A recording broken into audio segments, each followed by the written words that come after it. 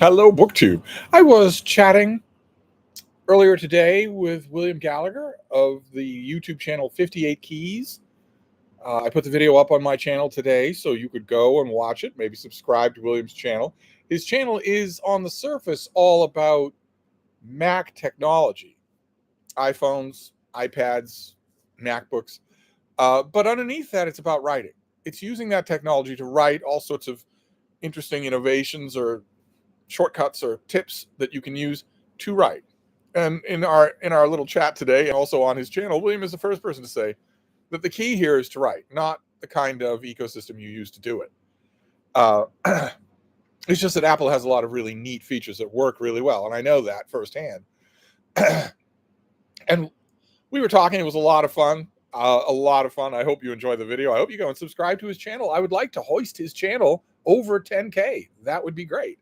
But it got me thinking about writing. And that made me think about my own writing, specifically a writing project that involves fiction. Because I have ongoing writing projects every day, every week, every month that involve nonfiction. And all of those projects are for money. They're for editors. In one form or another, they are paying gigs. I'm hesitating because I think there's a large one hovering out there on the perimeter that could come to me fairly soon. And that would be another thing where it wouldn't be a subject that I pick. It wouldn't be parameters that I pick. It wouldn't be a timing that I pick. It wouldn't be a word count that I pick. It would just be that I say yes. I'm getting a lot of encouragement in that direction, so that might happen. But that side of the writing slate more or less takes care of itself. So when I say that I'm feeling a little bit odd or even despondent about my writing, I'm not meaning that in the way that most people do when they... Oh, that didn't take long, did it?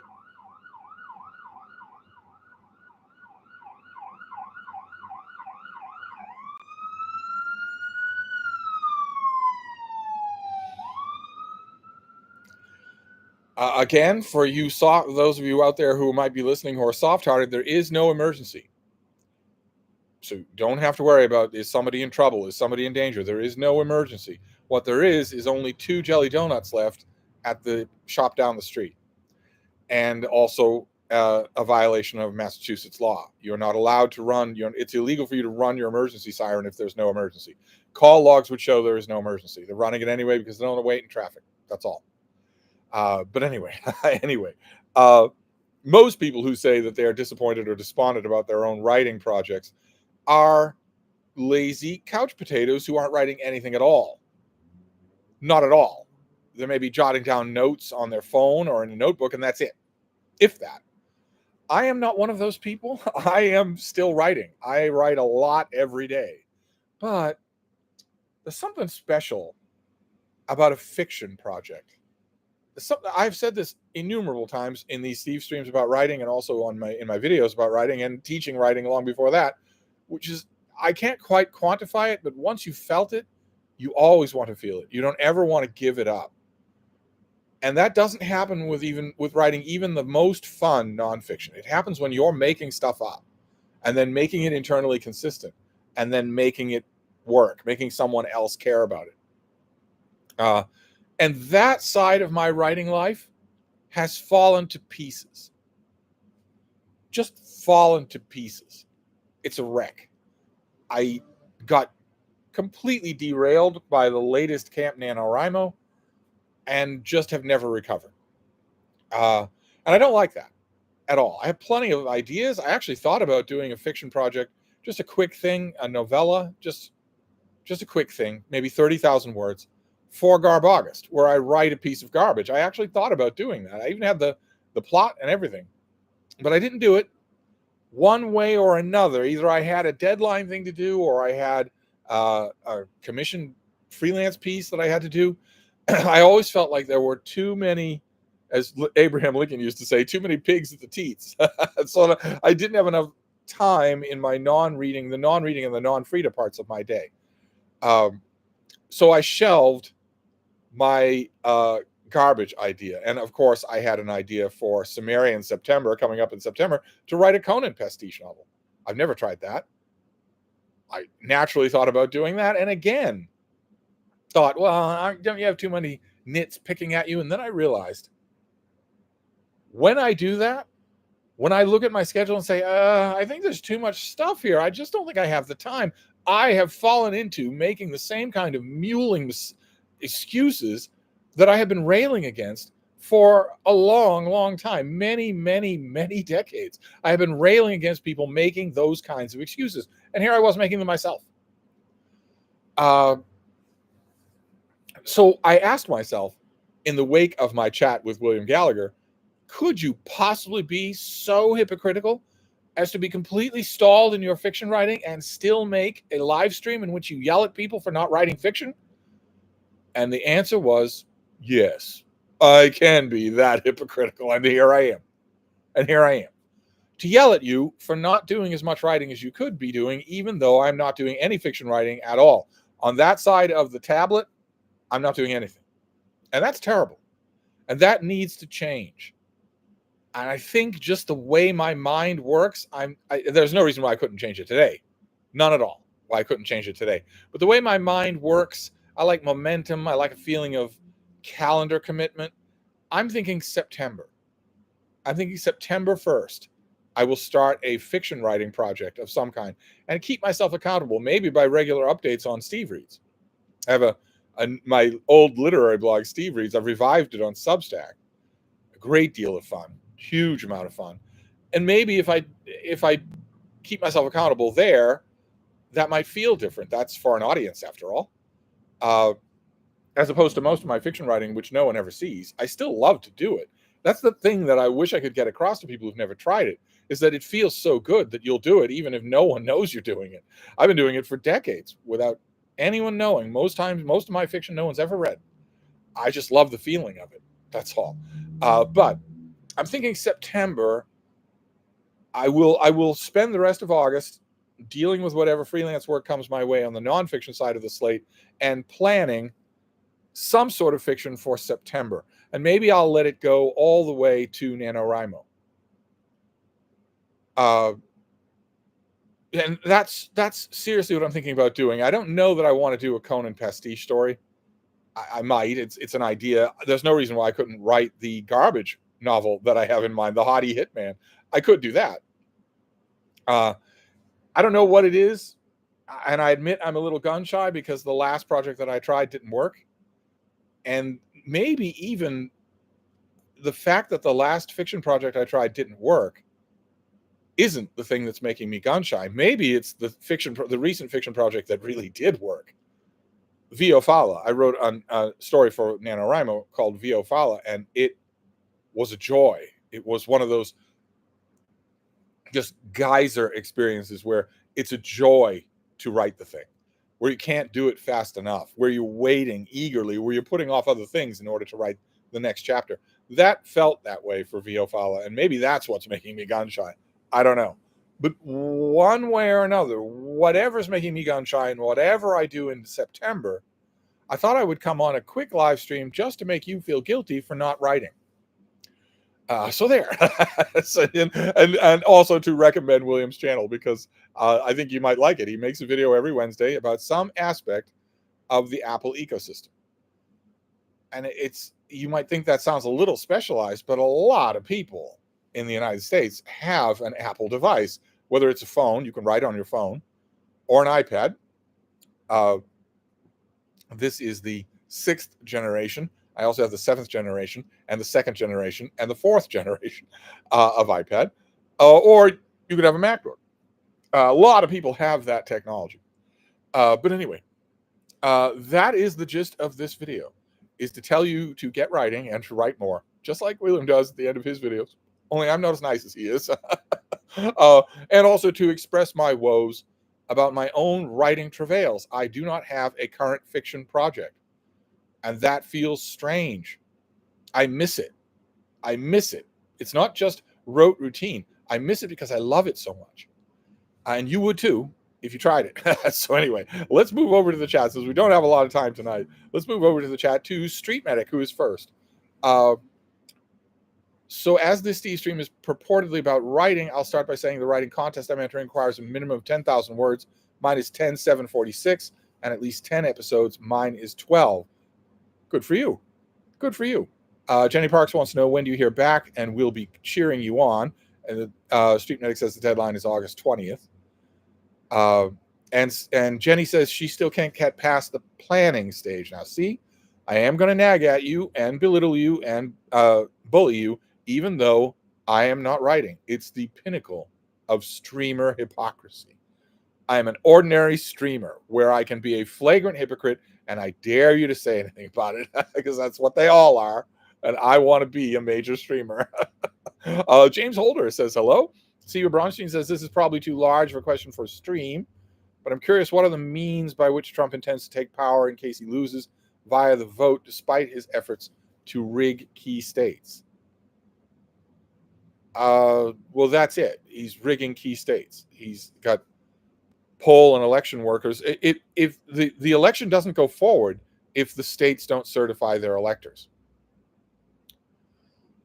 It was an empty formality for 100 years more. Now it's not anymore. Now it's not an empty formality because the election isn't legitimate if the states don't certify their electors or if they certify false electors.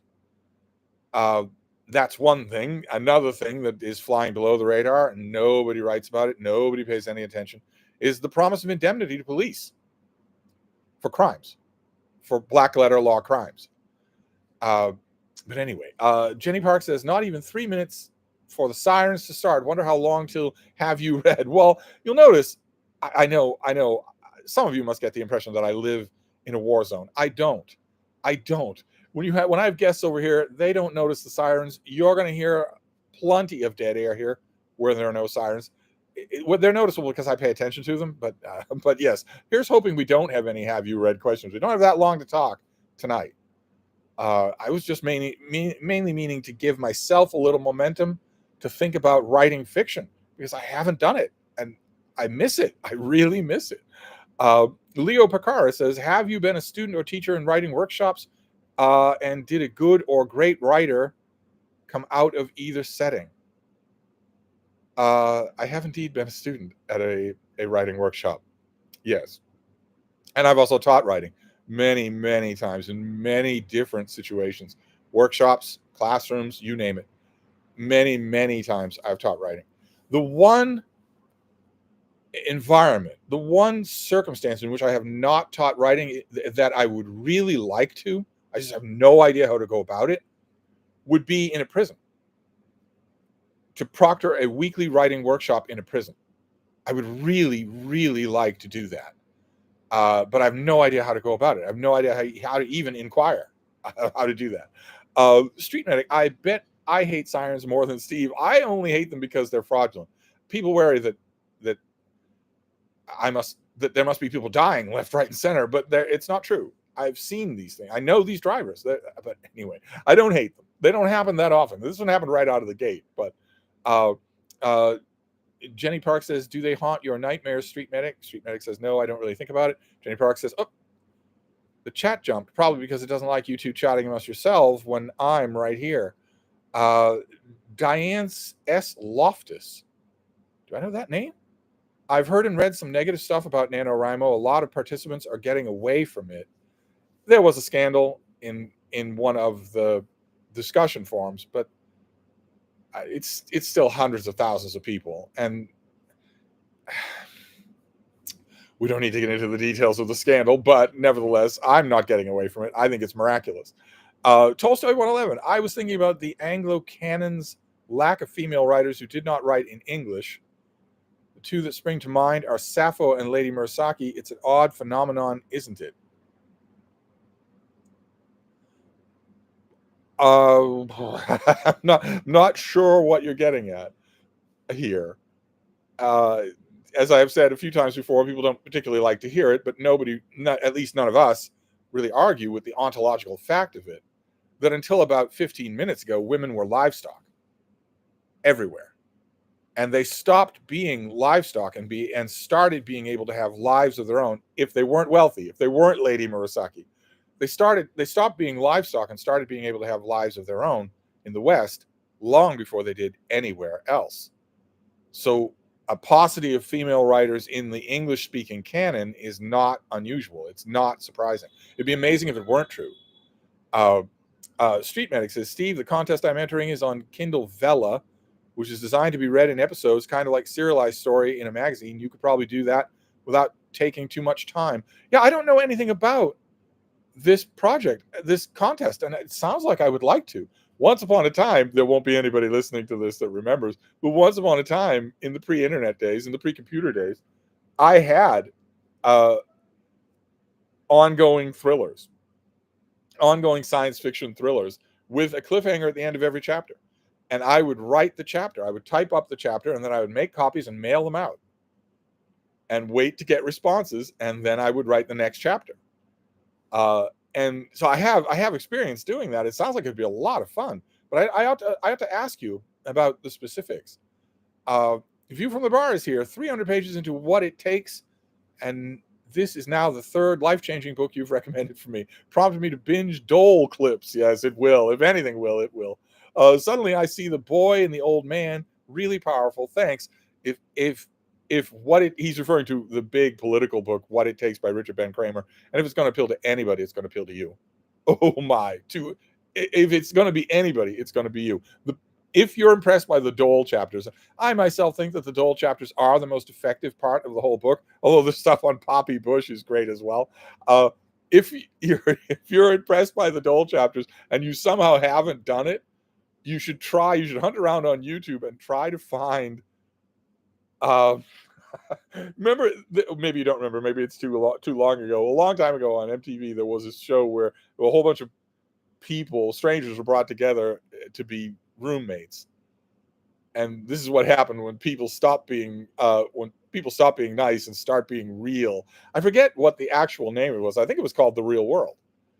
And on Saturday Night Live, a couple of times, cracking up just thinking about it. A couple of times, Norm Macdonald played Bob Dole in The Real World. And it was absolutely hilarious. Just hilarious.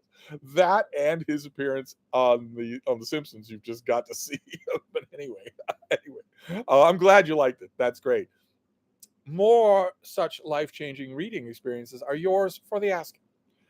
Miranda says, Steve, you've read my mind. I have been thinking obsessively about writing lately, book reviews, creative nonfiction, maybe fiction. I want to start book reviews ASAP and maybe do NaNoWriMo. Well, see, this is what I was talking about. Unlike a lot of people who wail about not getting into writing, I write every day. I write a lot every day. Book reviews, all sorts of stuff like that. But fiction I am missing. Miranda says, I was binge reading your Substack just today. Well, Substack's a lot of fun. That's another thing that I like to do, but that's not fiction. I think I've only put one piece of fiction up on Substack. The chat jumped again. Let's see here. We were at Street Medic. There we go. I really don't want to hear the word flagrant from a guy who admits he doesn't wear underwear. Joe Spivey is here. Good Lord. Has Douglas Murray finally turned too nasty to be considered a serious source on immigration and politics? Will you be watching the Trump-Musk affair this evening? I will not be watching Trump and Musk. No. And Douglas Murray is, well, you read the book on Enoch Powell. He is picking a narrative stance. And that's all there is to it. He's not going to move from it. He's not going to change from it. And he's obviously getting booking and has solid employment grounding to do so. So you could see the change in his attitude when you had those racist thugs rioting all over the country. He seemed not happy. He's not a monster, but he had the glow of a vindicated man. And then you had demonstrations 10 times as big of anti-racists, and that seemed to anger him. I find him fascinating. I find him fascinating, but yeah, he has definitely picked a lane. Definitely. One of the latest viral clips of his was one of the least excusable ones that I've ever seen, where he all but said that the racists out there in, Brighton or wherever should take the law into their own hands. And what does that mean? What can that possibly mean? When he says the people will take the law into their own hands and will get ugly, he doesn't mean that the local rugby fans will go down to the offie and do the immigration paperwork for the Pakistani owner. What he means is they'll kill the Pakistani owner. And with his approval. It was obvious that when he said it will get ugly, that was nothing at all. He meant with his approval. That's dicey. I really hope he doesn't go more extreme than that, because that'll start. Well, I don't know. I'm going to watch either way.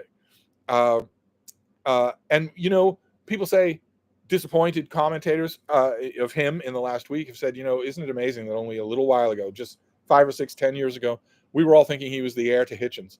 And I wanted to say to each of those people, you don't know that Hitchens wouldn't be saying the same thing. You dream that he wouldn't be, but what if he were? What if he were? What if he were doing the reputation varnishing that he did for George W. Bush on Nigel Farage? You don't know that he wouldn't have done that. But anyway, Albert, as you love the great poems of Rome and Greece, have you written in meter? I like the poetic forms very much. It stimulates my creativity as limitation often does. I've never tried writing in any kind of meter, no, except just rhyming couplets. Jack says, "Oh wow, What It Takes is a classic, best election book." It's sooner or later, Alex will turn his entire reading over to me. Once you surrender your free will to Steve, you will never have a dud of a reading experience again, no matter what you want to read. Jenny Park says, I'll take a notebook and start jotting down ideas, and by the end of the week, narrow down to get ready for Preptober. I'm determined to do NaNoWriMo this year. Yes, Preptober, right, is not that far away, but I want to get writing fiction before then. I don't want to wait for NaNoWriMo. That was the thought that I had for weeks, especially wrestling with serial killer nonfiction. I was thinking, okay, your plate is too crowded. Wait until NaNoWriMo. That's the same kind of thinking that I condemn in anybody else. There's going to be some magical time down the line when you'll suddenly have all the freedom you need to write. No, you have to make the time. Jerome Jacobson says, did you finally defeat the Spaminator? No, I'm sure he'll show up. I'm sure he'll show up. J. Scott Phillips, sorry I'm late. I was watching Manatee Monday and missed the memo. Yes, I am such a generous booktuber, I swear. I not only gave you a Manatee Monday, but I gave you an interview with a YouTuber, William Gallagher, plus a barrage of videos, all of which are fascinating. How am I possible? How is this even possible, this channel? I have no idea.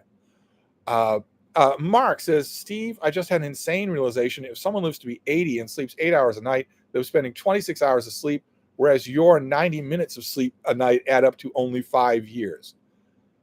I have often noted, I try not to rub people's faces in it, but I've often noted, especially when I have a guest here, and midnight rolls around or 1 rolls around, and I basically put them to bed. And at that moment, it's really obvious to me that I have a whole nother day before I have to sleep. I don't take that for granted at all. That's wonderful. Mark says, you squeeze an extra 20 years out of life compared to almost everybody else. Well, I'd like to think I would do that anyway, even if I had to drool on my pillow for 10 hours a day. I don't waste much time. And a lot of people do, even when they sleep that much. They still waste a lot of time. Jenny Parks is responding to someone else. Steve Bronstein was the head of the Teamsters. Sean O'Brien paid off to speak at the RNC. Also, do you still think J.D. Vance's wife is MAGA pilled, or is she just supporting her husband's dream to be dictator? Well, the second question, there's no difference between the two things. I don't know about the head of the Teamsters. No idea at all.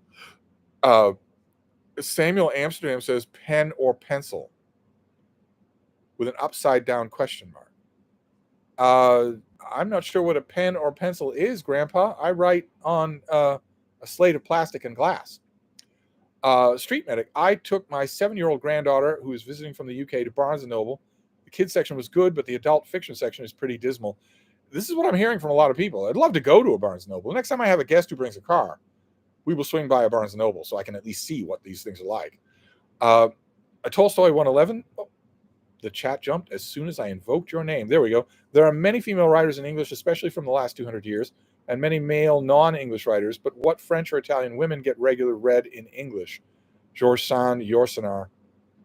Well, okay, there aren't many female writers writing in English in the last 200 years compared to the male writers. But I understand the question. It's just, it's rare, and I think it's predictably rare, is all. Jenny Park says, I think Real World is what inspired Big Brother. Both were horrible to watch, but still kind of engrossing. Stephen Bronstein says, do you think Melania has a clause in her contract that disallows any kind of relationship with men, since that would undermine Trump's image? What other interesting clauses might be in that contract? Melania doesn't have a contract of any kind. She doesn't have a prenup. She doesn't have a contract or anything like that. Trump owns her. He bought her. The contract is his, not hers. I don't expect anybody to believe that. I don't expect, especially if you weren't borrowing through the New York Post in the 1990s. But nevertheless, it's not a contract. She doesn't have a contract, or she would long since be gone. If she had any chance, she would long since be gone. She doesn't. She doesn't have any choice in the matter. She doesn't belong to herself. She's not a free person. Diane says, I can't believe Big Brother is still going on and on and on. Is it really? Oh my God. Anti-Gaia, Steve, did you see recently that Trump went after Joe Rogan on his Truth Social after a pretty mild endorsement of JFK Jr. over him? Rogan wasn't insulting towards him. He only suggested Trump is nuts. Yeah, and then he apologized for it. This little tough guy, this 5-foot-tall tough guy who has a gigantic platform, the biggest podcast in the world, the minute he had Trump's disapproval, he started apologizing. And why? It's not because he wants a position in Trump's cabinet. It's because he doesn't want Trump cult members in his driveway, throwing rocks at his house, killing him. He doesn't want that. It's just a mob reign of terror. That's all. But I don't know how he can say that what he said on his show was not an endorsement. Of course it was. Of course it was. He said that RFK was the only person who wasn't nuts, the only person who wasn't fake or lying. Well, that's an endorsement. Street Medic says, I scribble out the basic story in pencil and then flesh it out with more scribble. I circle and draw arrows to where they go and write it more legibly in pen, which my wife critiques as she types up. It's a lot more than I do. Anti-Gaia says, and then Trump said to boo him at the UFC. Right. Trump said to boo him at the UFC. And what does that mean? It means the same thing as when Trump said that Tim Walz, the high school social studies teacher, would unleash hell on earth. You look at that and you think, okay, that's completely delusional. This isn't even a divisive figure. That's, where on earth is that phrasing coming from? The phrasing isn't because Trump thinks that Tim Walz will unleash hell on earth. It's to use apocalyptic biblical language to get one of his followers to kill Tim Walz. That's why that language is there. Same thing with Joe Rogan getting booed at UFC. Like that's something really negative to wish on somebody. No, it's that somebody would kill him at UFC. That his life would be in danger the next time he goes. When Trump says anything like, when he names a person and then says any eventuality of any kind, hope his P's are undone, hope he has to pay a parking ticket, hope he doesn't get his concert tickets, hope the courts catch up with him, no matter what it is, if Trump says a person's name and then in any way evokes any kind of consequence at all, he is threatening to kill that person. He is trying to stochastically get his followers to kill that person. There are ample 8chan threads all about how this is all code speak, and he knows it. He's shown those threads regularly, every day. The only time he is not threatening someone is when he simply says they're a jerk, or the horrible word that he used for Kamala Harris. But if he says such and such should have X happen to him, the X is always death. But anyway, Steve Rossi says, do you have any strong opinions on George Conway and or Anthony Scaramucci? They're grifters. That's not that strong an opinion anymore. George Conway seems to be less of a grifter. But if you told him what he already knows, he's not a dumb guy. He's a bad speaker. I cannot stand that. The way his mind goes into ditto mode when he's pausing to think. The question just isn't that. Sometimes you just want to set the clock on it until he gets back to simple. The word that's simple. But he's not dumb. And he must know perfectly well that the thing that would that would remove Donald Trump from any kind of threat to the country, which George Conway constantly says he is, would be to not talk about him. And if a God came down to earth and told George Conway, you can save the republic by ceasing to talk about Donald Trump, George Conway would look at the bookings that he's getting and just keep talking about Donald Trump, which in that sense means it's a grift. Anti-Gaia says, NaNoWriMo sounds daunting, man. LOL, can I just write short stories instead? No, NaNoWriMo is lots of fun. Lots and lots of fun. Leo Picard, did you watch the interview of Heather Cox Richardson with Brian Tyler Cohen? She was concerned that she couldn't get to the people who need to hear and read her. But is that even possible? Yes, I saw the interview. She's a brilliant writer and a brilliant thinker, and unfortunately a teacher. Ordinarily, I would say it's fortunate, but teachers are very accustomed to uninterrupted podium. In other words, to monologuing. And that's what she did in her interview. She went into a fugue state. She wasn't consciously present. She just monologued and only barely remembered at random intervals that there was another human being allegedly in this dialogue. Can't stand it when people do that. I hate it when people do that. And she's got that really bad. There are a few other people that are regular contributors on shows like his that have that really bad. They won't stop talking unless you're rude to them, unless you rudely interrupt them. But her concern that the people who need to hear her won't is completely justified, I think. I mean, Brian Tyler Cohen has a huge base now, and even he is reaching barely anybody. A very niche thing. He's got all the elements in his favor. He's articulate. He's passionate. He's not a grifter. He's pretty. Gets really good guests. He has all those elements in his favor. He still reaches barely anybody. So she's not going to reach the people who need to hear her, and the people who most need to hear her wouldn't listen to her anyway, even if she did reach them, because they're cult members. They've been indoctrinated into a cult. And as any cult specialist will tell you, it is entirely possible for a Jim Jones or an Adolf Hitler or Donald Trump to mass induct people into a cult. But it's impossible to mass deprogram from a cult. It's not possible to do that en masse. You have to do that very carefully, individual by individual, and it takes a long time. It takes a long time. So trying to save a piece of wet wax paper, it takes very delicate handling. In other words, there aren't enough people in the world, in the country, by a factor of 10, to deprogram all the cult members. And she's not going to reach them. Jenny Park says, write an entire short story collection. Rules need not apply. Oh, all right. We're at Jenny Parks. We can't stay all night, though. So we have to keep these questions going here. Steve Bronstein says, is Alan Lichtman a grifter?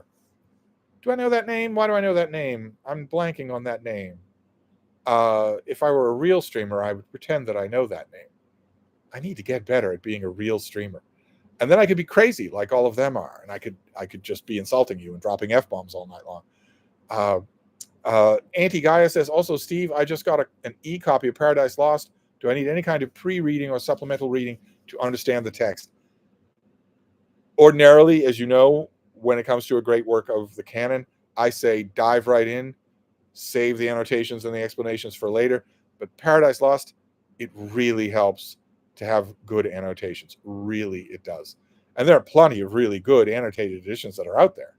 I don't know what e-copy you got, but there are plenty out there that are. I really wish that the Belknap Press of Harvard University Press, they did those gorgeous annotated Jane Austens. They've done a lot of other gorgeous annotated editions. If they've done a Paradise Lost, I missed it. I really wish they would. But you do need a little bit of annotation with Milton, just a bit. If your e-copy is any good, it will have hyperlinks on the stuff that most needs annotation. You just be able to long press on them. I hope you'll be able to do that. Nietzsche and Wig, hard to read when I want to sing arias from Handel's Messiah at the same time. What to do? Well, I love Handel's Messiah, and I know all the arias to it. I'm not usually in the mood to sing them until Christmas time, though. Nietzsche and Wig says, what do you make of Hitchens' take on the sexiness of Margaret Thatcher? I think he had a point. He didn't mean it. That anecdote that he repeated over and over again, naughty boy, that was only meant to put himself in proximity to power. He was such a toady, such a name dropper. Uh, people Stephen Fry noticed about him right away. Salman Rushdie noticed about him right away. That was the only point of that anecdote. He didn't think she was sexy. To judge from his own dalliances with women over the course of his whole life, he didn't think it. Powerful, yes. I don't. Maybe he was just such a sexist that he had to conflate those two things. I don't. But I think that was the point of that anecdote. It wasn't that she was sexy; is that she paid him attention. I think he'd have said the same thing about an 80-year-old Queen Elizabeth if she'd patted him on the tush. Jay Rosen says, how are you feeling now that you're officially ditched the New Yorker subscription? Hasn't really hit me yet. I imagine it'll be a little bit before I realize it's just not coming in the mail. It also helps that I'm not being tempted because I don't really look at Twitter much anymore. Street Medic says, I have a total gym in my library to remind me to work out, and my granddaughter's going crazy on it right now. J. Scott Phillips, we had an earthquake today. Yes, you did. You had an earthquake today. I wonder if it made a dent on the blob watch. I'm sure there was. That seismometer line, the Richter scale seismometer line, that's what they do for earthquakes, and I'm sure that's on here. Positive. Yeah, it is. The first thing that showed up. Yeah, so you get your earthquake sigil right there on LA. Look at that. Oh my God. But the rest of it, we had a brief shower today, but there's not going to be anything here at all. There's just nothing at all. The next thing will be this, either these systems in the west will coalesce into something that will sweep towards us, or let's see here. There is Ernesto down here. That could do something. If it swings up the eastern seacoast, that could do something. But otherwise, no, it'll be just clear sailing. Let's see here. Nietzsche and Wig, what a coincidence. I just got an email informing you of my monthly contribution to your wonderful articles on Substack. Please keep writing. Well, thank you. As long as people are doing that, I will. Absolutely. Did one today, have one in mind for tomorrow. I'd like to do one every day. I think that would be great. I want more readers, definitely. So I will keep doing it. Nietzsche and Wig again. Was Harold Bloom like? What was Harold Bloom like when you had him over for wine and calzones? I've never confirmed or denied that he's ever been here. You can assume it would be fun. Mark says, I'm not gainsaying your predictions regarding the future of our country, but by asking this, I'm merely curious to know if Trump is unconcerned with elections, then why doesn't he seize power now? No confusion now. There's no confusion now. There's no pretense now. There will be a pretense in the confusion of an election, especially a disputed election. There will be a pretense then. Plus, according to chatter that I have seen, not all elements are ready. He's waiting for an election. The election is the breaking point where there will be confusion. Look at what how close we came to this kind of confusion in 2020. Ron Johnson, or whatever his name is, got handed a sheet with fake electors on it. We came that close. If he'd handed that to Mike Pence, if Mike Pence had maybe thought, whatever the boss tells me to do, I'll do. It looks like there's confusion here. So I won't do it. I won't certify. I'll send this back to the states. That's not legal. He can't do that according to the Constitution. But if he did, we certainly wouldn't have a president that day. But anyway, Tolstoy 111. Do you like Percy's The Moviegoer? I was a bit disappointed. So have I. I know that it makes all the best of the 20th century lists, and it's always called his masterpiece, and always called a great novel. And I've just never seen it. It is so underwhelming. I've never seen it myself. Street Medic, as someone who has some limited military experience, it makes me furious they are accusing Walsh of stolen valor for our coward who used bone spurs as an excuse for his deferments. It's kind of amazing that they would do that, especially since it's such a weakness of Trump's. But they don't care because he's a god. To his base, he's a god, so he doesn't have any weaknesses. Anti-Gaia says, out of all of those ex-Trump employees who soured on him, I find Michael Cohen the most interesting, despite his filthy mouth. He reminds me of Clooney in Michael Clayton. He does seem to be the one who is grifting the least. He's open about wanting to make a career out of this. But his contempt of Donald Trump seems to me to be more genuine. And that makes sense, right? Went to jail for the guy. Anti-Guys has been reading his first book. Mark is responding to Street Medic. Nietzsche Week says, what do you make of Steve Hassan's analysis of the Trump cult? I don't know that I've read it. Have I read it? Bottle Imp Books. Alan Lichtman is the guy who predicts the election using his 13 keys. Oh, that's right. I know his name now. Colin says, can we get an essential Roy Thomas list? It'd be a long list. He's as I've said many times, I think he's the greatest comic book writer of all time. That would be a long list. It wouldn't be individual issues. I don't know how I'd even go about that. Nietzsche and Wiggs says, I am reminded of Hitchens comparing Palin to a low-rent porn star. Yeah, it's the way he thought. When we're talking about the sexiness of Margaret Thatcher or can women be funny or anything like that, the last person you want to quote or listen to is Christopher Hitchens. He had blind spots. Not many of them, but women were one of them. Definitely. Just across the board, women were one of them. Jenny Park says, is there any news on compiling your ex libris writings into a book? Or are you moving it all to Substack? Oh, there is glacial movement on the subject of a book, an ebook, actually more than one ebook. Glacial movement that I'm hoping gets a kick in the ass next month. Siva Bronstein, Alan Lichtman is the historian who correctly predicted all the presidential winners since the 80s, except Gore Bush, based on his Keys model. Do you think he's a grifter? I doubt it. No. Bottle Imp Books. Why did you quit the New Yorker? I just resubscribed. I know this is going to sound very touchy-feely, but I found that every issue was depressing me. I wasn't getting any of the happy, summery joy at any point in any of the New Yorkers that I was reading.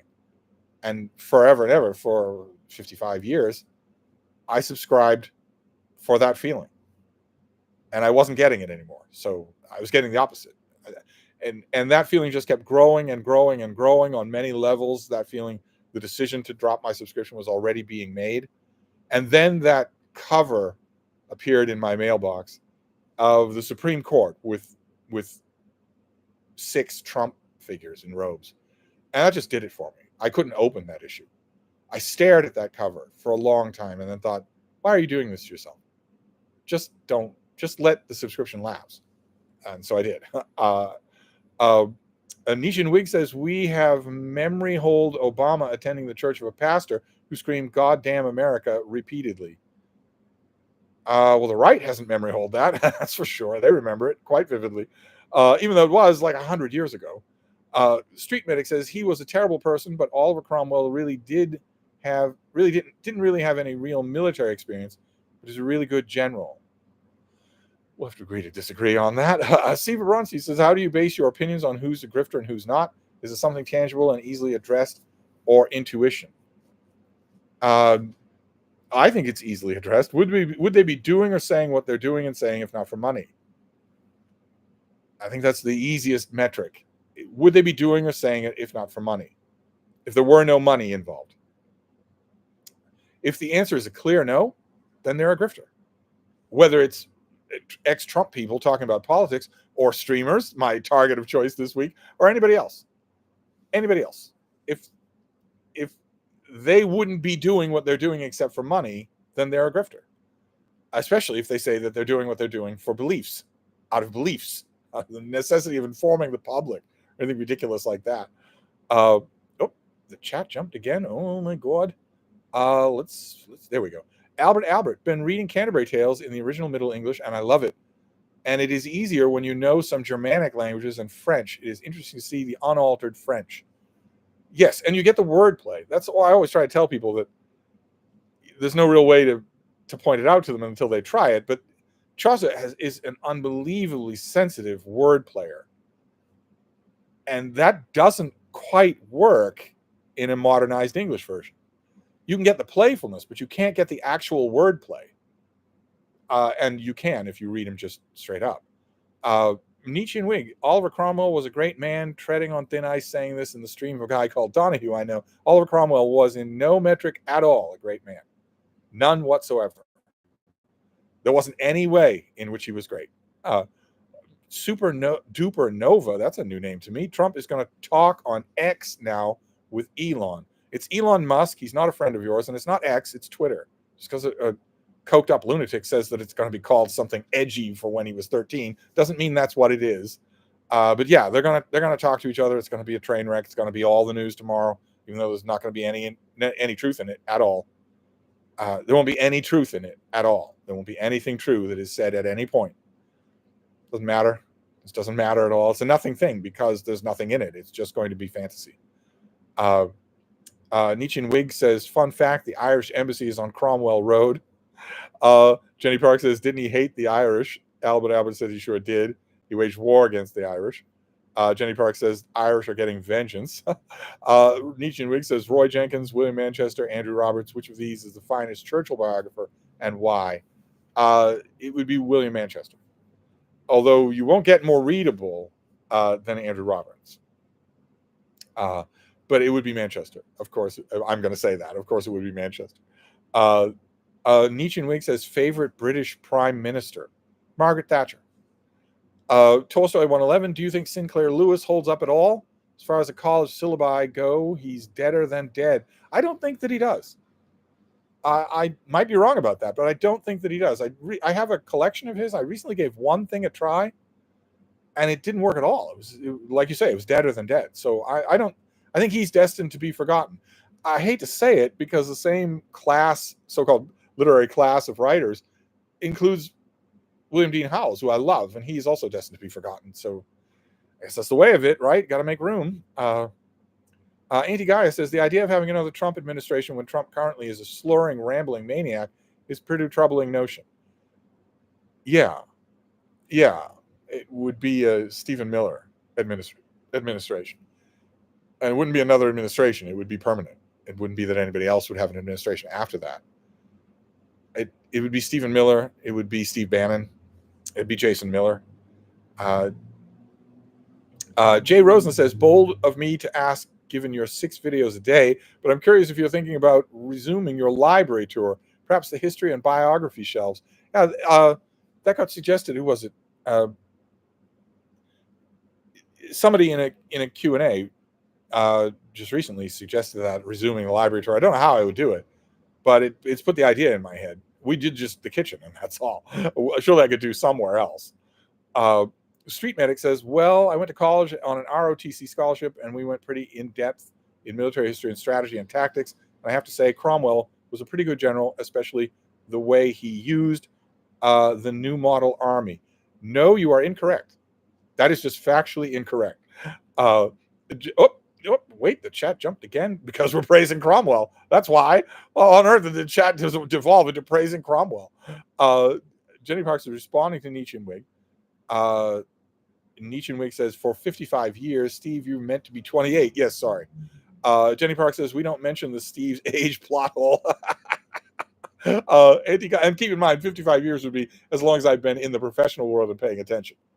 So you can tack on years before that when I wasn't.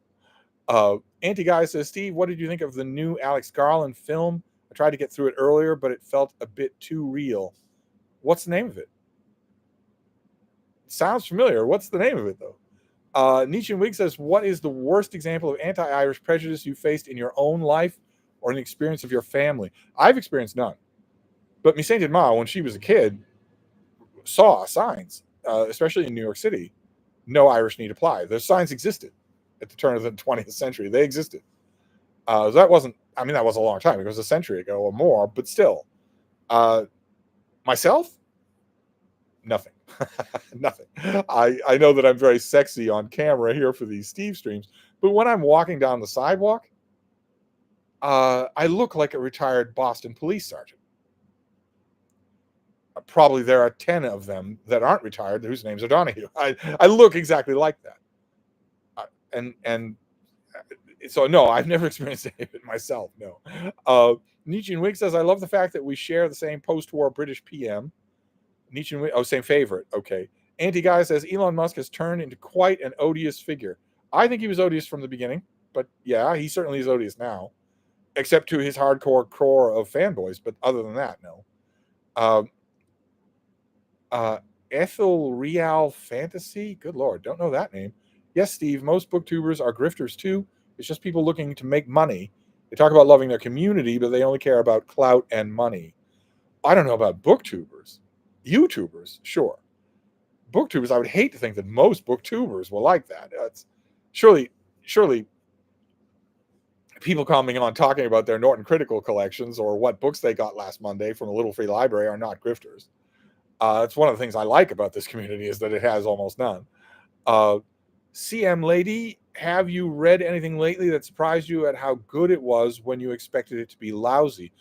Depends on what you mean by lately. That book on 3 New York baseball legends really did surprise me in how good it was. I wasn't expecting it at all. It was reconstructive history. So the author reconstructs dialogue, creates scenes for dramatic effect, but scenes that almost certainly happened almost exactly like that. So history purists won't like it. And I understand that completely, and I agree with them. But I loved it. I thought it was fantastic. I forget the name of it because it had a dumb, boring name, but that was definitely a surprise. Definitely. And I just read a book today about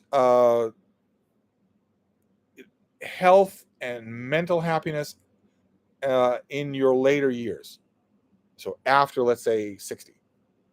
And the author is a doctor. He's a medical doctor. And he starts off by saying that evolutionary speaking, psychologically speaking, personally speaking, the default setting of humans is lazy. And if you're making proposals for people to increase their health in their later years, it has to be based on that assumption. It has to be based on the assumption that they're lazy. I thought that was really refreshing. Mark says, latest hyper-inclusive neologism I heard, ear reading in place of listening, because apparently the assertion that listening to audiobooks is not reading is ableist. I have not heard about ear reading. Oh my God. Oh my God. Rasmus says, have you ever considered becoming a translator? Not really, no, although I have considered doing a translation, an ongoing translation of my own for Substack. Pick a book that I don't think has been well served by translators. The first thing that came to mind was Gerald of Wales, and translated work myself, or something from the Latin. I have thought about doing that. I have all sorts of plans and ideas for a Substack to make it worth people's money and also to increase readership, to get more readers.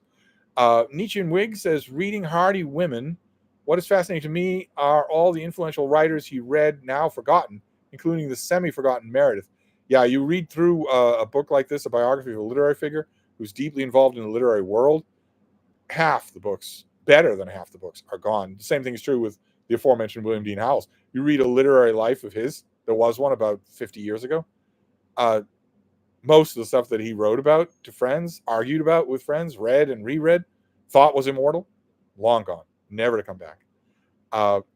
Ethereal fantasy, booktubers will celebrate 100K YouTube subscribers behind a Patreon wall for paid subscribers only, and their fans will eat it up. Oh, well, you must mean huge booktubers then. 100K. You must mean, yeah, some of them, sure. I thought you were talking about this little community.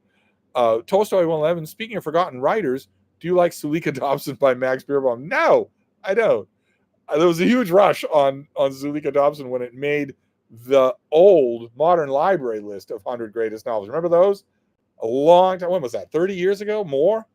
The Modern Library came out with the best 50 works of nonfiction of the 20th century and the best 50 works of fiction of the 20th century. And Zuleika Dobson was on the fiction list. And all of a sudden, it was the only question I got in the bookstore was, what is this? Nietzsche and Wig says, Alex O'Connor is like a year older than me and has accomplished so much more than me.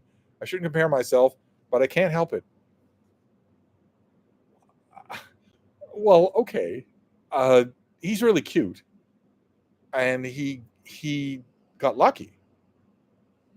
His YouTube channel exploded out of luck. The algorithm will sometimes do that. That's not anything necessarily to beat yourself up about. It's true that the huge influx of money that he got from his YouTube channel, allowed him to go to Oxford and just pay in bags of cash. That's not something that most people can do. But I remember his earliest videos when he was just working behind a counter at a tea shop.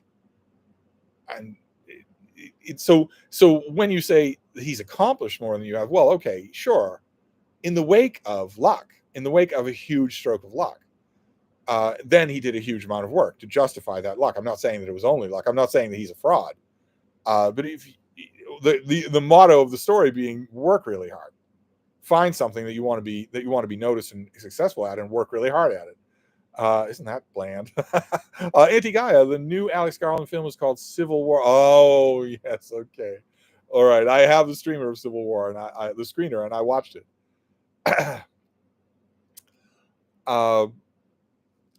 I didn't know that was Alex Garland. I must have blurred that out when I saw the credits, or maybe I wasn't looking at the credits because I had it on like a stand while I was writing.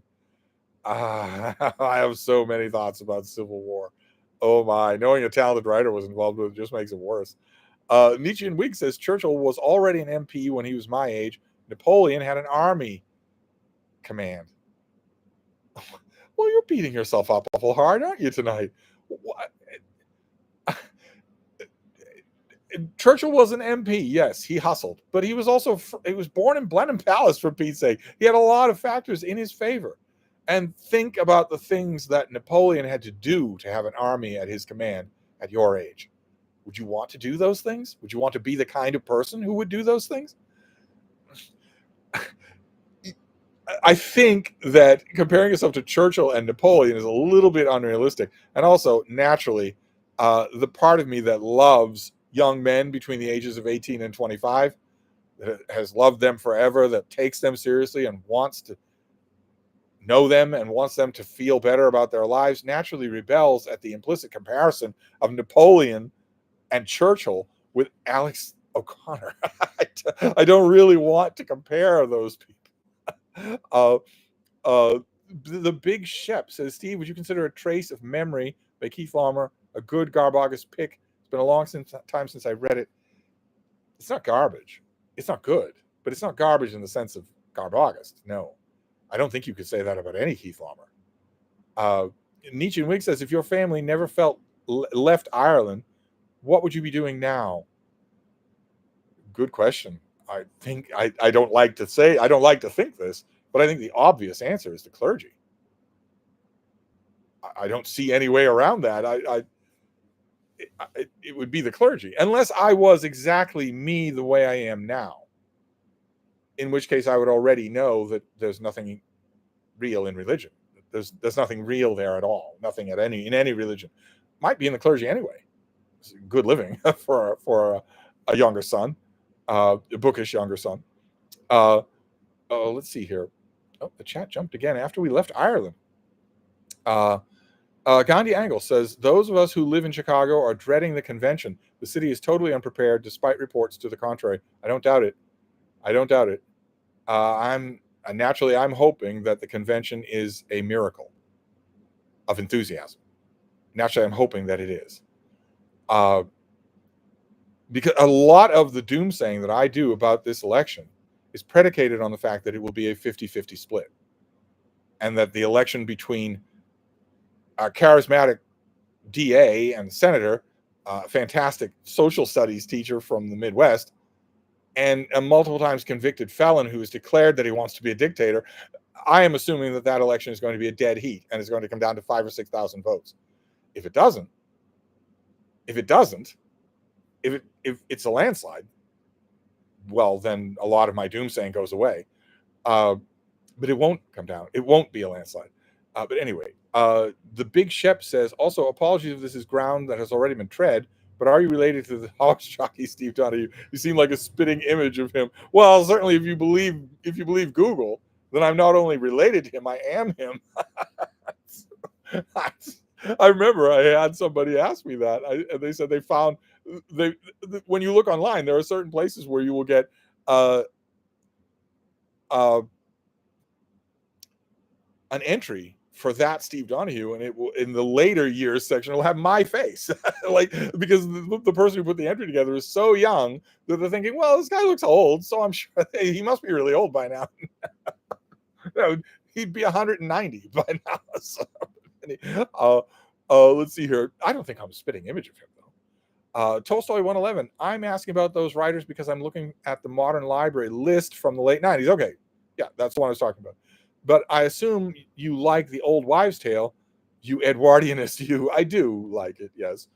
Street Medic, well, I'm not going to provoke the wrath of Steve, but while I agree he was a terrible person, we'll have to disagree about he who cannot be mentioned as you know what. Yes, we will have to disagree. He was not a good general. On the ground, just leading troops, just winning battles. He was not a good general.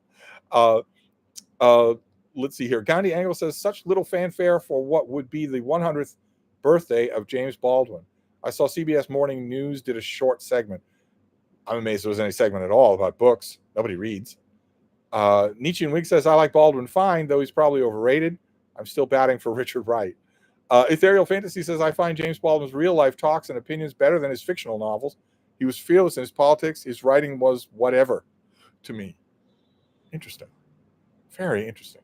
Anti-Gaia says, comparison is the thief of joy. Oh, my God. So we're in the tech bro section of YouTube, where at one point 2 years ago, they all got the software update that made them all say, comparison is the thief of joy. Comparison is the thief of joy. Comparison is the thief of joy. It's utter nonsense. Of course, comparison is not the thief of joy. But anyway, what do you have to follow up with? But don't take it from the Petersonian extreme and only take inspiration from yourself. That's solipsism. Oh, you might have meant it seriously. Oh, my God. Well, here's hoping you didn't. Tolstoy 111 says, speaking of ableism, oh, must we? The Globe Theater just did Anthony and Cleopatra with some of the lines only in sign language to make it more inclusive. Have people not heard of subtitles? I tried to just completely tune out ridiculous gestures like that, no matter what, no matter where they are. The minute I get the slightest hint of it, I just completely tune it out and just drop paying any attention to it. Nietzsche and Wig, Alex is definitely very cute. Would date. Yeah, he's and in the British world, in the world of British YouTubers, that means something, right? That can shoot you up in huge popularity. It's a smaller community. It's very self-referential. If you are young and cute as a YouTuber, you stand a really good chance of catching a gigantic audience of 13-year-old girls. That was the beginning of YouTube. That was the beginning of people knowing that they could be superstars on YouTube. Was Charlie Is So Cool Like and Alex Day, who were cute teenage boys, and they all of a sudden had unbelievable followings. Well, the same thing is true of Jack Edwards. Same thing is true of Alex O'Connor. That is not a small element at all. Wigsy says, what are your thoughts on dreams in fiction? Do you find that they sometimes are more often to distract a novel or hard to execute effectively? They're almost impossible to execute effectively. I don't know of more than a handful of examples where it isn't just a waste of my time. If I'm not commissioned or think I might be commissioned to review a book and I hit a long dream sequence, I just skip it. Just skip the whole thing. Nietzsche and Wig says, Baldwin destroyed Buckley in that debate. I like him fine on civil rights. His anti-Israel rants, on the other hand. Sean Graham says, watching this with my boyfriend, he is one of your partners that hear about this weird guy, Steve. He says hi. Well, many apologies to your boyfriend. Like I said, there is a huge group of people out there all over the world, not just all over this country, all over the world.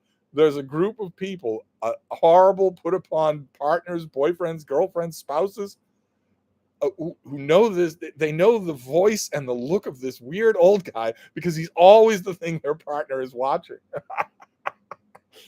And the only thing I want to say to those people is, your precious belongs to me. Your precious belongs to me. I will loan them to you, but they belong to me. I didn't do myself any favors at all there, did I?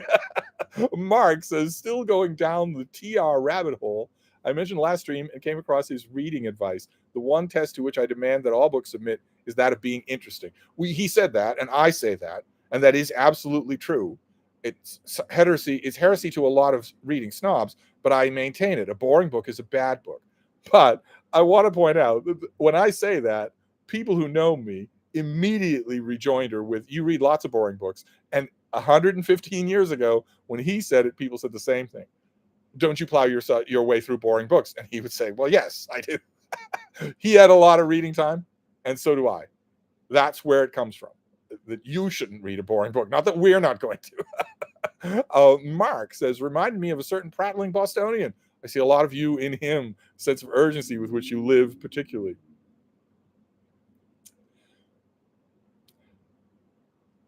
I want to stress that my loyalty is to his successor. And we'll leave the comparisons at that before you start talking about how much he slept, how much pain he felt in his skin, how he was with dogs, what his booktube channel was like. Anyway, Nietzsche and Wig, FDR's son, FDR Jr., was one gorgeous man, presumably with some talent. Why did he fail at politics so bad? Can't find much on it. His mother apparently envied JFK's success. Yeah, it's a little bit of a mystery. I wouldn't mind at all a good 500-page biography of FDR Jr. to appear next year. I wouldn't mind that at all. That would be good. There's a lot of primary documents, a lot of primary research that no one's ever done. Kind of weird. Nietzsche and Wig says, OFC, his love life can't have helped. OFC? Siva Brunski says, what's your opinion about voting in non-swing states? Well, it's always nice to be able to trot out that such and such a candidate lost by 10 million votes in the popular vote. That's always nice to trot out. And of course, it can help with down ballot races. It can help with the strength of down ballot races. Voting for president, I think that in the 2024 election, there's a strong chance that Trump will lose the popular vote by 20 million. That's not small. That's a gigantic amount if that happens. So there's that.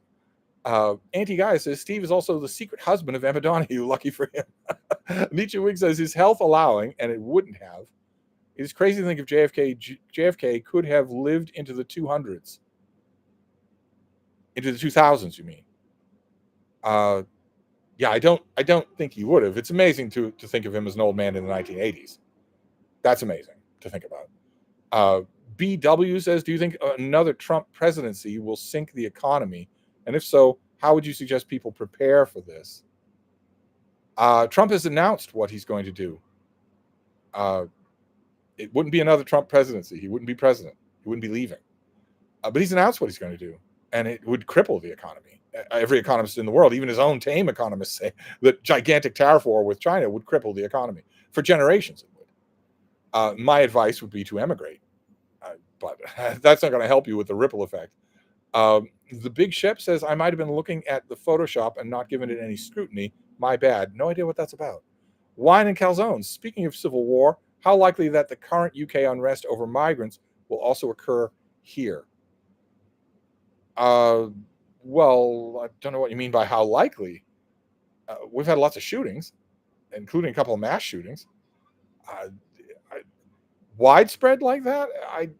First of all, it's worth noting that the UK unrest was countered by decent people in 3 times the numbers. That's important to remember. But for it to be widespread in the United States is unlikely because the free states wouldn't do it. The free states would never. It is only the Trump states that would do it, and that's not all the country yet. Nietzsche and Wig says, I have busts of Napoleon, Cromwell, Ben Franklin, and Abe Lincoln on my table. Okay, the Cromwell should go. I once had a bust of Ben Franklin that I rather liked. I found it at an antique shop for $6, something like that, and I rather liked it. And my Beagles destroyed it. They took their time destroying it. They thoroughly destroyed it. Nietzsche and Wig has jumped. He's gone. Where did he go? Let's see here. Oh, there we go. I got some busts from Paris when I was up there for Voltaire, Dumas, Rousseau, and Hugo and put them on my shelf. Looks so neat. Yeah, I agree.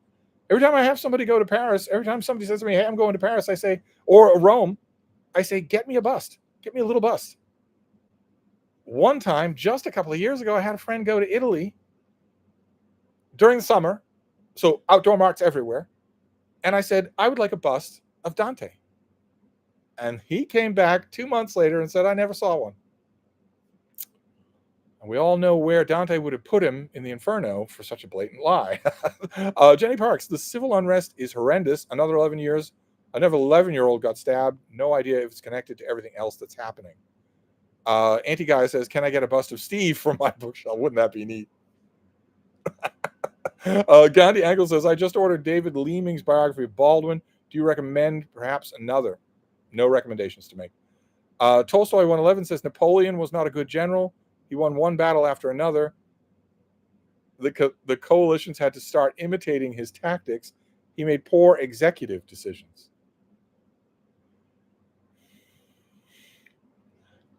Okay. I've written extensively on Napoleon. I'm perfectly happy to agree to disagree on the subject. You are not a good general if you lose armies, whole armies, to easily foreseeable and preventable circumstances. You're not a good general if that happens.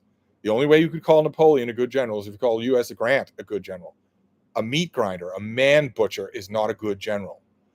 If the cushion, the fudge factor that you need to be there in order to save your disastrous approach from disaster is to simply throw 80,000 men into the maw of and make them the fudge factor, and you just 80,000 men die, well, then you're not a good general. You're a butcher. Anyway, a good general doesn't lose armies. A good general doesn't flee from armies knowing they're all going to die. A good general doesn't do that. Maybe you would say that that's immaterial to winning battles. It could be that we're just going to disagree on the subject. Steve Bronstein says, when was the last time you had meat or dairy? And do you remember what it was and how you thought about what it tasted? I've had meat when guests are here. And also, a while ago, I do Amazon food delivery. I think it's such a godsend. Just an absolute godsend to trekking to the nearest grocery store, lugging it back in the heat and the rain. And a couple of times over the years, the Amazon food deliveries just had some meat product in my order. No idea why, but I'm not going to let it go to waste. So I would prepare that. But it's easy to eliminate it from your daily diet. Just easy to do without being doctrinaire or lecturing about it at all. It's just easy to get rid of it. And Nietzsche and Wig says, how does Antonio Fraser's biography of Charles II compare to Hutton's? I merely perused the latter for my master's dissertation. Hutton's is better. Antonio Fraser is really, really good, really readable, but Hutton's is better. Jenny Park says, ha ha, my sister recognizes your voice and knows not to bother me when watching. Andy Guy says, was Teddy the ultimate dude bro president? Pretty much, yes. Pretty much. Nietzsche and Wig says, poor Lem Billings loving a straight man.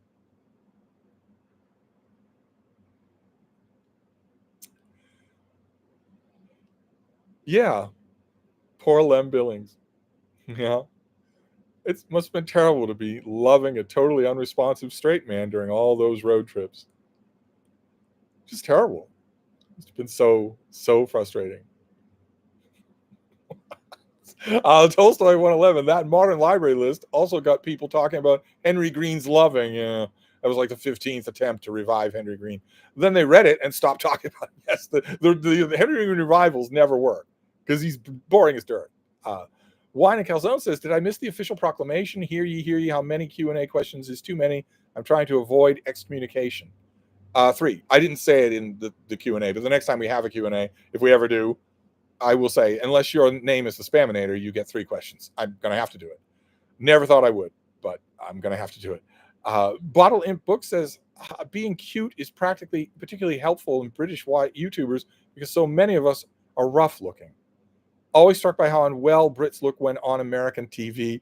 Looks like we've emerged from mines. I don't mean to cast aspersions. You are the greatest people in the history of the world. But young British men, they look like toadstools. They look like horrible little toadstools, like the old illustrations of Tweedledee and Tweedledum from Alice in Wonderland. And then for a tiny bit of time, they are beautiful. Almost as beautiful as any young men are.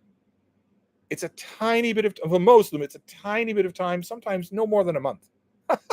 And then everything goes downhill, and it just keeps going downhill forever. Most of them become fairly distinguished looking, but yeah, they look like they were either coming from a mine or exhumed from a mine. It's only very rarely that a young British man will stay good looking. That's only very rarely that will happen, or even that they will have a long period of time, 10 years, where they are very, very good looking. It's comparatively rare. I admit, I agree. Anti-Guy says, let's just dig JFK's bones up and reanimate him. Super Duper Nova says, so true from Saudi Arabia. My sister keeps telling me, why do you watch old people all the time? I alternate between you and Coffee Chess, a channel also with old people talking smack. She ought to join the train here. Jenny Park says, thanks to Thatcher, we have come up out of the mines. Yeah, so she can sell them. But wait, the chat has jumped again. Where did we go? We were at Jenny Parks. I can't do all these questions before I have to ring off. Sorry about that. Nietzsche and Wig, politicians were more eloquent back in the day. It is crazy to see what we have now. Yeah, even the most eloquent now. It's kind of amazing. Nick Piccarilli says, in an interview, Walsh recommended Command and Control. Is he a Steve follower? I don't think he knows I exist, no. Street Medic says, there is a difference between a great general and a good one.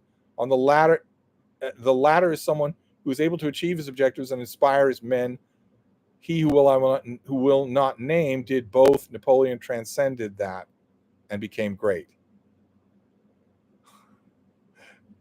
All right, well, we can drop the subject. When you say things like that,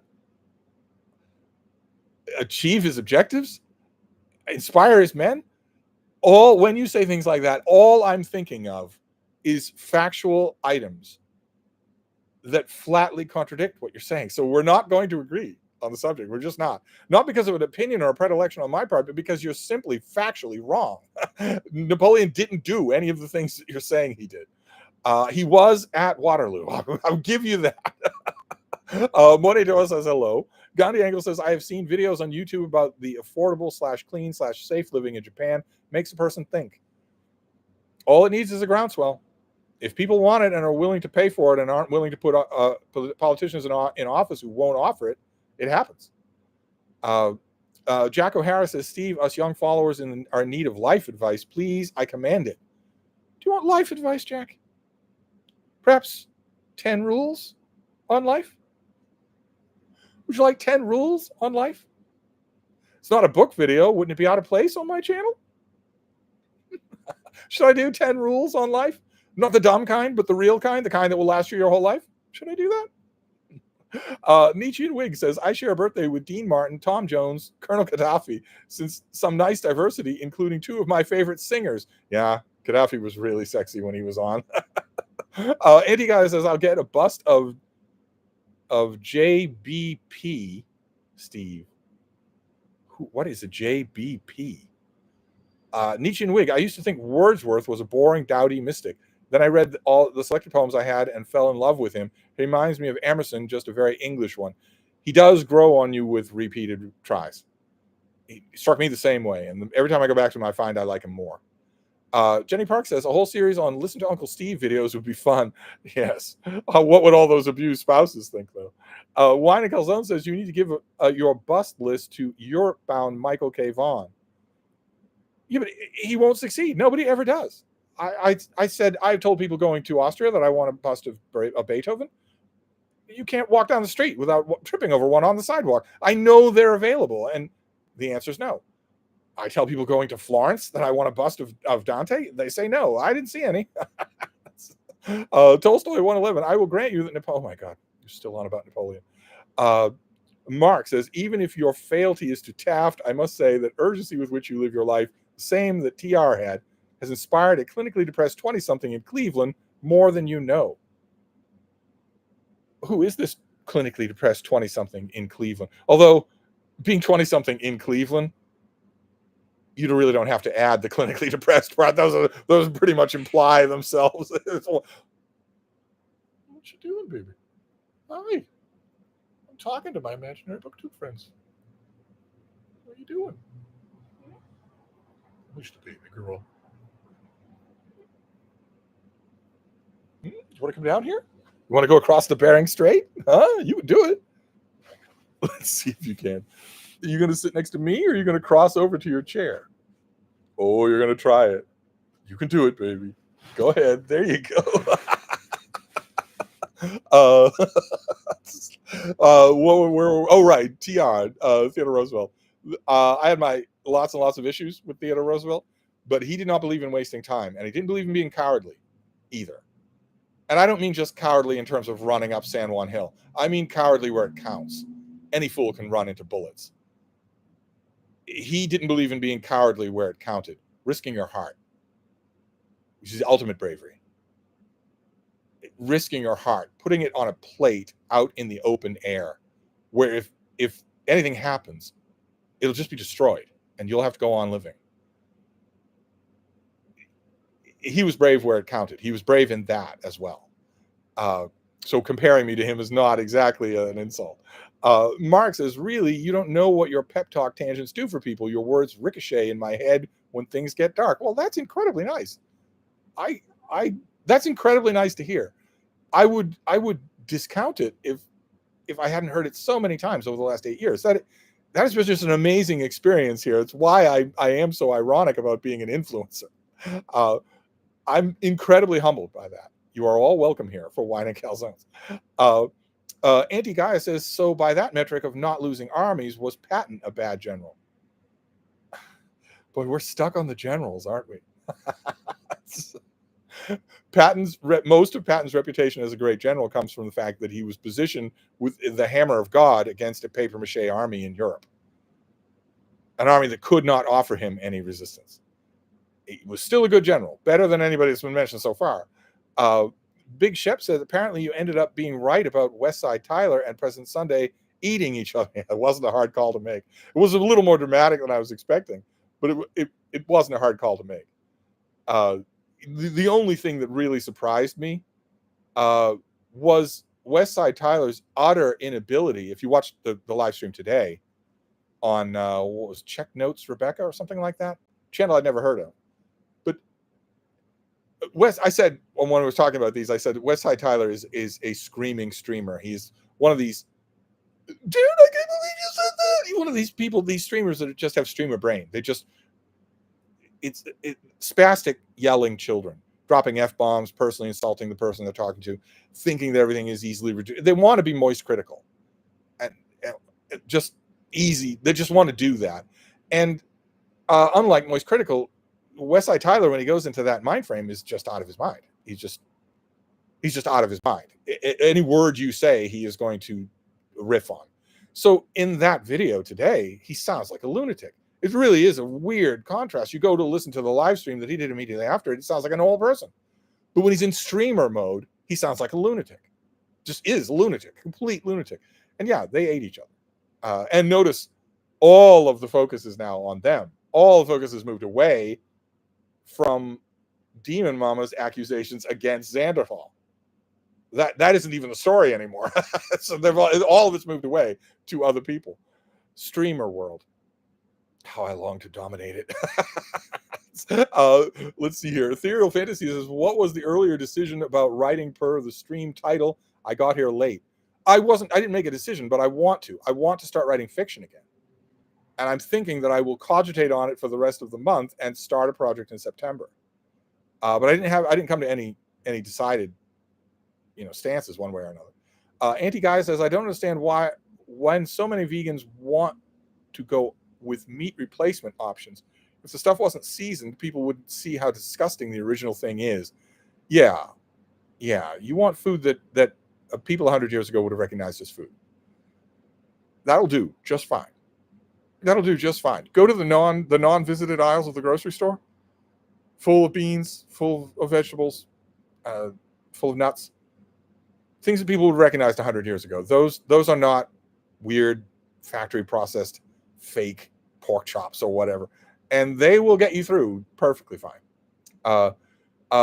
Nietzsche and Wig says, I keep trying to read so many different things and end up subscribing to too many things and having to cancel them. Yeah, but that's not a problem with the things. That's a problem with you, right? That's a problem with concentration. Street Medic says the best book I ever read on military theory. You're still on military theory. Oh my god. Oh my god. Stephen Bronstein says I think I would have an easy time eliminating meat from myself, not the rest of my family, but eliminating dairy would make this foodie very sad.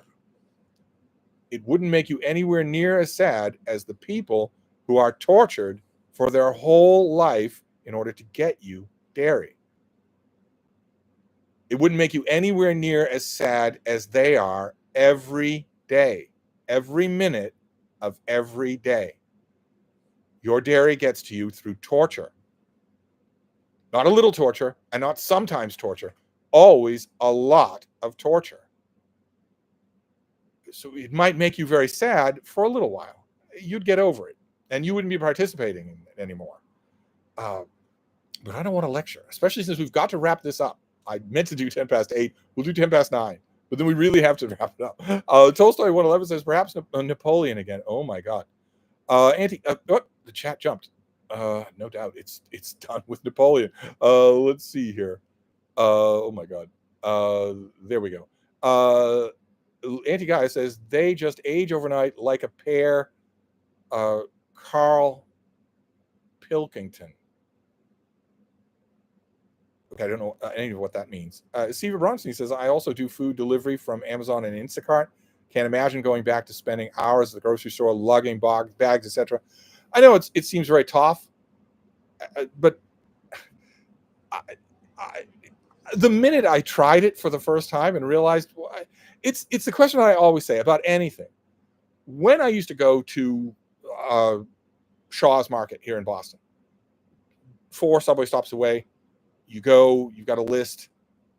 I would shop. I would have a bunch of bags. I would go to self-checkout. I would get to the doors. I would go outside with all these things. I'd be reminded when I got outside that it's 85 degrees, 90% humidity. And my question is always, at that point, at that exact point, would I pay the delivery charge, the equivalent of the Amazon delivery charge, to simply get these home without any effort at all? And if the answer is yes, then I'm willing to pay that charge, obviously. And that answer often was yes. Often I would stagger outside and go to a cab stand, for Pete's sake. So I'm paying 3 times the delivery fee. So no, I would not want to go back. Not at all.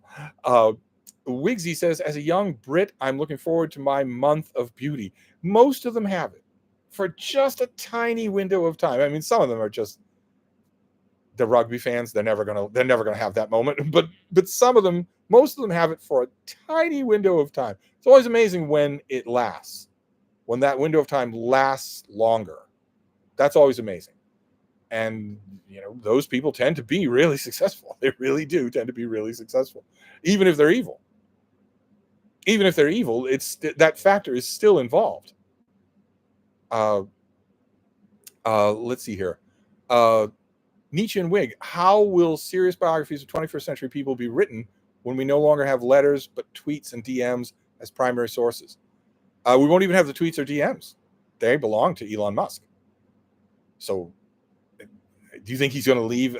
You think he's not going to release a nuke of a virus if he ever loses Twitter? There won't be anything. I don't know how it's going to happen. I have no idea. Public pronouncements, I assume. Archived YouTube clips. But nothing private. BW says, what is the solution to how seemingly bad Democrats are at messaging?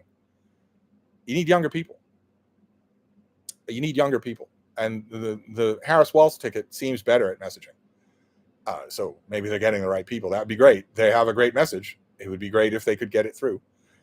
Street Medic, the Democrats seem to be pretty good about messaging right now. Right, exactly. Wine and Calzone, so you're working on a writing project in September. I would like to decide on, I have writing projects, but they're not fiction. I want to get back to writing fiction. I miss it. Anti-Gaia says, Steve, you really think it's going to come down to a 50-50 matchup? It's only been a few weeks and Kamala is already up a few percentage points. Polls don't matter. Polls are immaterial. This is a Nazi majority country. They're very lazy. Fascists tend to be lazy. So it's not all of them who will, it's not 170 million people who will vote, but this is a fascist majority country. So a 50-50 split I would be happy with, as long as a few percentage points in Wisconsin or Pennsylvania go to the right people. But those are going to be contested. Every state is going to have 50 slates of false electors. Every state, even Massachusetts, is going to have 50 slates of false electors. Not just one in a few states, but a bombardment of false electors everywhere to throw the election into complete chaos so that Donald Trump can claim that he won. Let's see here. J. Scott Phillips, speaking of Theodore Roosevelt, what do you think of Brian Keith's depiction of Teddy in The Wind and the Lion? Not particularly good. Nietzsche and Wig, I think FDR is the single greatest president America has ever had and is likely ever to have next to Lincoln. I don't see how anyone could match him at any time in the future. Well, we disagree. We disagree about that. Monet Dola says, I'm reading a book that I feel is rather sad. I'm not enjoying it. Not enjoying it. Drop it. Tolstoy 111, not sure if you recall mentioning Ginger Man. Do you like J.P. Donlevy? Never done anything for me. Ginger Man has never done anything for me. Maybe I should reread it. It's been a while. Ethereal Fantasy, speaking of generals, how do people in the chat feel about Alexander the Great? Oh, you're not asking me. You're asking people in the chat. All right. The Street Medic says, my Trump supporter neighbor ripped up his MAGA signs and says he's voting for RFK. RFK. Yes, who killed a bear cub and left it in Central Park. A complete lunatic. Another complete lunatic, I should say.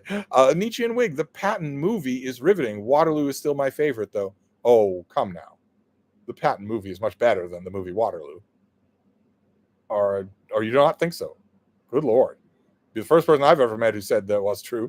Patton is great. The movie is fantastic. Anti-Guy says, I feel like Kennedy is the best president, considering he brought us from the brink of the apocalypse. I wasn't going to browbeat on the point. Certainly, I don't mean to take away from FDR. But yeah. The fact that we're all here, we owe to one U.S. president, and it wasn't FDR. Mark says, in a video you posted a few weeks ago, for example, you remarked on the excitement you felt at the start of another day. The rising sun, the song of birds. Yes. Maybe people just need to have that threatened before they realize how precious it is. But it is. It should thrill you. You should be eager to do it. Niche and Wig, I watched the Oklahoma film from 1955 a while back, and whilst I enjoyed it, it is shocking how poorly Gordon McRae aged. The Demon Drink. Oh, wait, where did you go? We were talking about Oklahoma. Oh, no, we're back to Mark. My whole life, I've struggled to feel anything like that. For some reason, I don't have the writing, but your remarking on it made me want to try to feel it, and sometimes that's enough. Well, I don't know how old you are or what your circumstances are. A lot of people who are under the age of 25 have trouble with that feeling, that early morning, eager to get out the day feeling, because they've been medicated since they were 8. That will do a lot to your brain chemistry, right? To state the obvious, I don't know if it's true for you, but young children, especially preteens and teens in high school, in grade school and high school, there were years where I barely knew any of them that weren't taking daily doses of something. They don't need any of it. All of it is wrong. All of it is false. They don't need any of that. And God only knows what effect it's having on their brain chemistry. But if that's not the case here, then yeah, you should try, because you only get a limited number of those mornings, and you don't know how long that number is. Albert is responding to Nietzsche and Wig. Nietzsche and Wig is responding back. Anti-Guy says, Steve, as a vegan, what do you think of the fact that most animal harm happens in the wild? Is God the ultimate animal torturer? Most animal harm does not happen in the wild.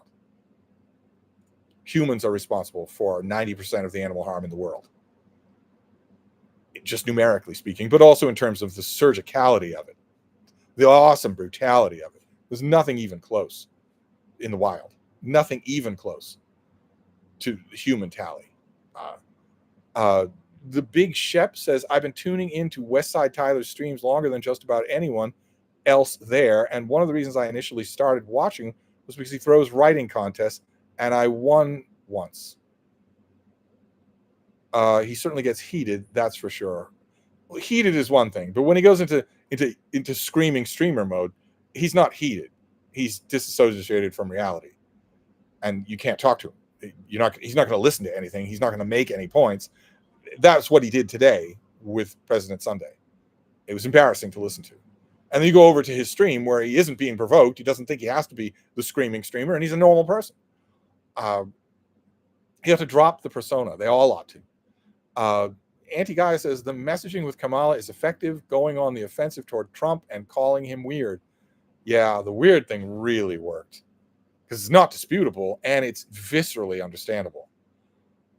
Nietzsche and Wig said, the single most annoying thing about Hitch 22 is Hitchens name dropping. He does it all the time. Even the friends that liked him. I mean, Salman Rushdie liked him and still teased him on it all the time. And Salman Rushdie could have done a lot more of it than Hitchens did. He never did. Nietzsche and Wig says, as a Tory party member, I have to decide who I want to run the party for the next 5 years. Our options aren't great. Personally, I'm leaning towards James Cleverly. You're right. Your options aren't that great. Jason Carmichael, hi, Steve. Sorry I'm late. Random question, but do you have any fond memories of visiting Toronto? Well, I do, but they're not about Toronto. I had a dear friend who lived there at the time when I visited, and we barely went out. So that's a very fond memory, but it's not Toronto. It could have happened anywhere.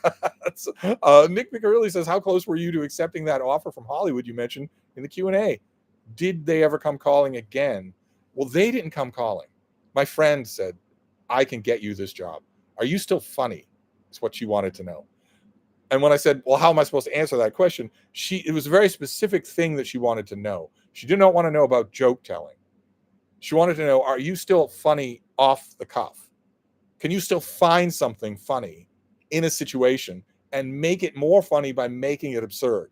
Can you still do that? When we knew each other face to face, you did that all the time. Can you still do that regularly? And I said, yeah, I think I can do that regularly. And she said, all right, then I think I'm sure that I have a job offer for you. It wasn't her position. It wasn't her place to give me the job offer, but she was certain. She actually got the offer. And a whole bunch of subsidiary offers. Is it okay if I bring my dog? Yes, you can bring your dog. Will you pay for me to relocate? Sure. I don't want to bring my dog on an airplane. We'll relocate you across country. Take the train. It's nothing. It's chicken feed. We'll pay whatever you want to translate. If we want you, we want you. And I wasn't really close. It would have meant leaving Boston. It also would have meant entering into the completely uncertain world of the entertainment world. And I was already getting dispatches from my friend about what that world was like. How you're never sure about anything from season to season, from month to month. You could have a palatial house, but you could be gone the next year. You're never certain. You don't know what your next project's going to be. Very few people have any kind of security. And the show that I would have been one of the writers for only lasted a couple of seasons. It was really, really good. That's the only thing that tempts me, is that it would have been fun to be in something that good, to be involved with something that good. But it only lasted a couple of seasons. So what would I have done then? I have no idea. Waited tables? I had no idea. BW says, we love you, Steve. Well, I don't think the significant others love me all that much. This weird guy is monopolizing all the time today. 6 videos out of Stevestream. Albert was next. I'm going to have to cut this off, though, with comments still to go. I hate doing that. FDR, the FDR that allowed Shiro Ishii to go free. Yuri, not Ure, says, hello, Steve. Do you like Emily Wilson's Iliad? No, not really. Ethereal Fantasy says, Steve, I'd love to hear your opinion of Alexander the Great, too. He's one of my 5 guys. So, of course, I have a high opinion of him. Street Medic says, Lincoln was the best president, in my opinion. Well, I've already spoken on the subject. Andrew McDonald, I see where the Comics Journal has won the best comics-related periodical at this year's Eisner Awards. I didn't know you were in the judging panel, Steve. The judging doesn't mean anything. The Eisner Awards they're a complete fraud. It's worthless even to pay attention to what they do. Nietzsche and Wig says, one historical life I envy is Gore Vidal's. Gorgeous boys, endless writing and reading and partying, being a literary luminary, hobnobbing with legends. Even the feuds are entertaining.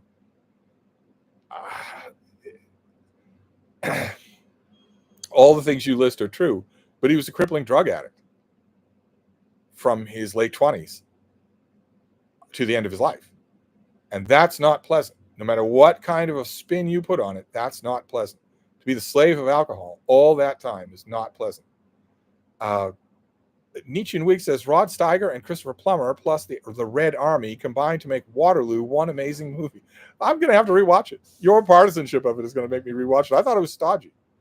Anti-Guy says, yeah, just shut the kids up and give them 20 milligrams of Adderall. Well, I know you're partially joking, but that is literally true. And for a lot of people I know who are in their mid and late 20s, that has been their life. They have been drugged with, well, Adderall is a good example, but there are plenty of others. They've just been drugged with these things since they were children. No studies, no possible studies of long-term effects, no studies at all of mental effects, and plenty of young people feeling very suicidal at the idea of getting off this medicine. And it's not medicine. I shouldn't even call it medicine. It's not medicating anything. There was nothing wrong with them to start with. No, you might be joking, but you're entirely right. That has been the reality of so many people who are now in their 20s and realizing I haven't had a strictly sober day in my entire adult life. I can't imagine what that would be like. Tolstoy 111 says, do you like Huxley's point counterpoint? I do. Mark says, I got to log off some TR for everyone before I go. Quote, get action. Do things. Be sane. Don't fritter away your time. Create, act, take a place wherever you are and be somebody. Get action. I should have done it in his accent. J. Scott Phillips, I'm still waiting for a bead along. Anti-Guy says, is there any theory you have, Steve, as to why Hassan and Ethan broke up their podcast? Is it merely because of the Gaza argument? No, it's not because of the Gaza argument. Keep in mind what we said in the last Stevestream. These people do not have principles. Not good principles, not bad principles, not principles they hold on a Monday and don't have on a Wednesday, not principles they hold lightly. They don't have any principles. They just want to be moist critical. That's all. And that's not a principle. So it wasn't that. It wasn't Gaza, no matter what it was. Yuri says, Steve, what do you think of Dante's Inferno translated by Gerald Davis?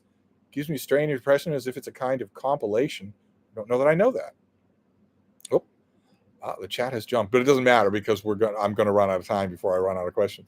The Big Shep says, do you have any fond memories of interesting stories from the Rogue Valley in Oregon? I'm sure that I do. I would have to parse them together. Wine and Calzone says, are you still deep down the serial killer rabbit hole enough to offer a few Steve book picks down the road? I have found precious, as I mentioned a long time ago on this subject, I found precious little in the way of good books on anything connected with this. Really is shameful. It really is an indictment of the true crime genre, how little good stuff I have found. But it's entirely possible that the rabbit hole is beckoning. I would shudder to think of it, but it's entirely possible. It's possible there could be a private commission, which are always a little awkward, but I'll take it. Anti-Guy says, IDK, why so many people have issues with dogs? I know it's a liability problem, but there can't be that many people who are actually allergic to dogs. No, in the 21st century, most of the people who say they're allergic to literally anything, whatever they say after that, it's simply a lie. There are no allergies. They don't have any allergies. It's just a way to bully somebody.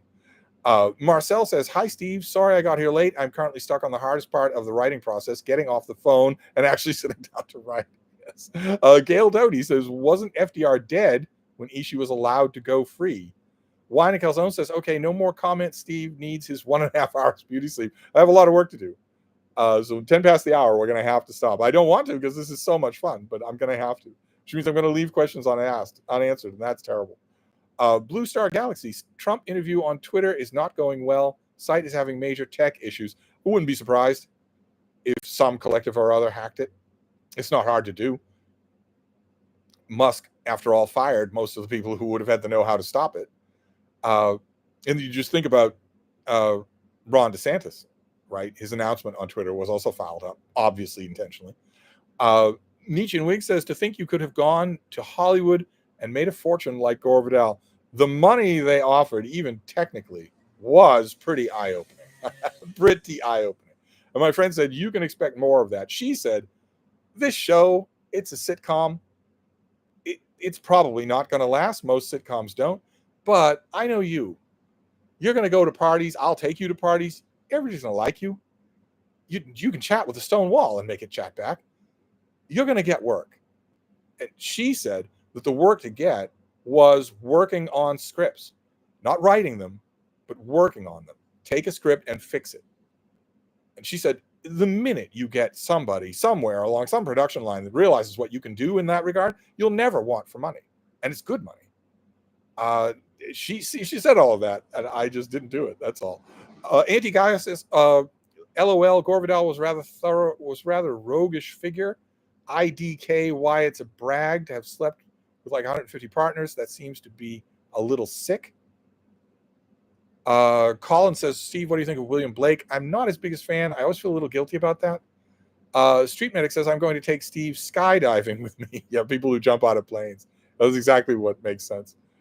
J. Scott Phillips says, are we on the verge of a Stevestream without a have you read question? So have you read Milton, Captain? It's a shame for a good Scotsman to admit it. But I'm not up on my Milton.